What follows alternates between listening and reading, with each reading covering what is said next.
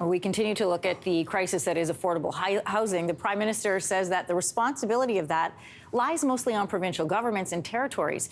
Joining us with a closer look at this is the Director of Infrastructure Institute at the University of Toronto, Maddie Simiatiki. Good to have you back with us. Hi, great to be with you.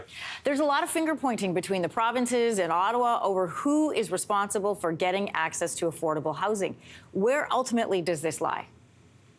Well, housing is everyone's responsibility. The municipalities are responsible for zoning and approvals. The provinces do funding and they control the planning legislation. Then we have the federal government who provides funding. They invest in infrastructure. They control mortgages. The private sector actually builds the housing, so we need the private sector involved. And we have nonprofits who do low-income and affordable housing. So it's really spread, and this has been one of the challenges, is to get all the coordination, all the players involved in order to get much more housing built and at an affordable price.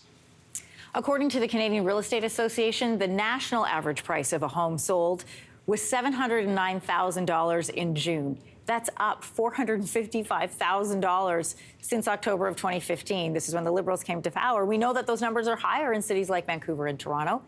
How does the lack of ownership over housing responsibility complicate the issue of limited supply?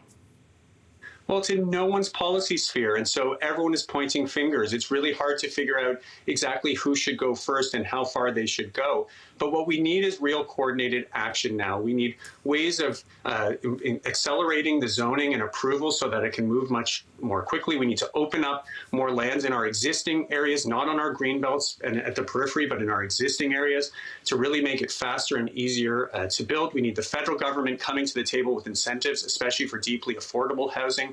We need everyone involved because this crisis is urgent and people are really struggling with finding places to live. You know, Maddie, you study this, so you see it. Everybody says the same thing. We need more supply. We have known this is a crisis for a really long time under various governments at all three levels. So we're also planning, we know, to welcome 500,000 newcomers to this country as permanent residents by 2025. That's not very far away.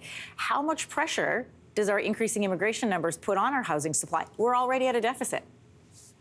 Yeah, the housing crisis predates immigration. I think that's important to say, this new wave of immigration. Yeah. But certainly having more people coming is creating pressure. It's also an opportunity. Many of the people who are coming will invest in our economy, and they also will be the people who will actually build the housing. We have labor shortages right across the country in the skilled trades as people retire. We need many more workers who can actually build this housing, and many of those folks will be newcomers. So they need places to live, so do people who are already here. We need all hands on deck. We need everyone involved. Immigration is part of the solution, actually, if we do this right. And we need to be making sure that we're investing in communities so that everyone has affordable places to live. One of the key issues that's come up in particular in the province of Ontario is where this new housing needs to be built. The place where it should not be built is on the green belt, and the Auditor General's recent report shows that that is exactly what is not needed. We don't have a shortage of land. We have much land in our existing built-up areas that could be intensified. In our single-family home neighborhoods, we could be gently intensifying.